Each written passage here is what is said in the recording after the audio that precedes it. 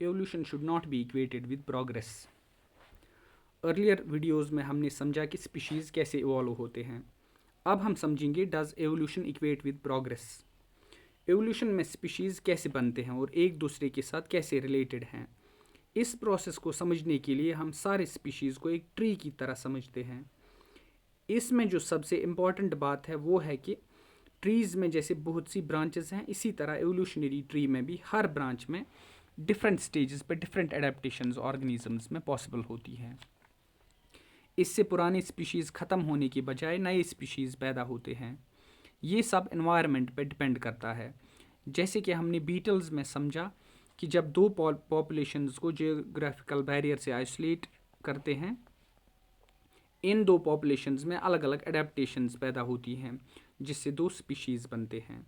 इसलिए natural selection और genetic drift responsible होता है जिससे दो स्पीशीज़ बन जाते हैं.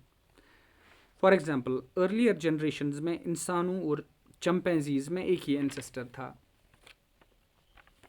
लेकिन जब इन दो स्पीशीज़ में ब्रीडिंग पॉसिबल नहीं हुई तो दो नए स्पीशीज़ अलग अलग इवॉल्व हुए जिससे आज की जनरेशन बनी.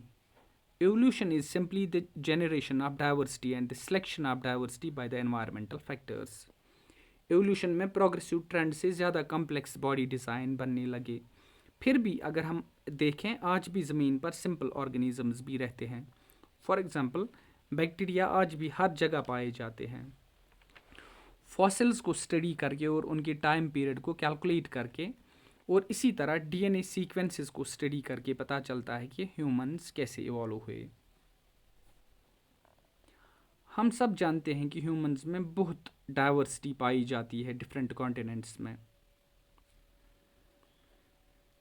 सबसे कॉमन फॉर्म है ह्यूमन स्किन कलर, जो ब्लैक, ब्राउन, ग्रे या वाइट है, जिनको रेसेस कहते हैं.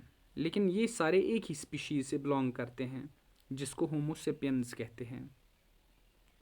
स्किन या आइज़ या हेयर कलर पे हम डिफरेंट ह्यूमंस को सुपीरियर या इन्फीरियर नहीं कह सकते.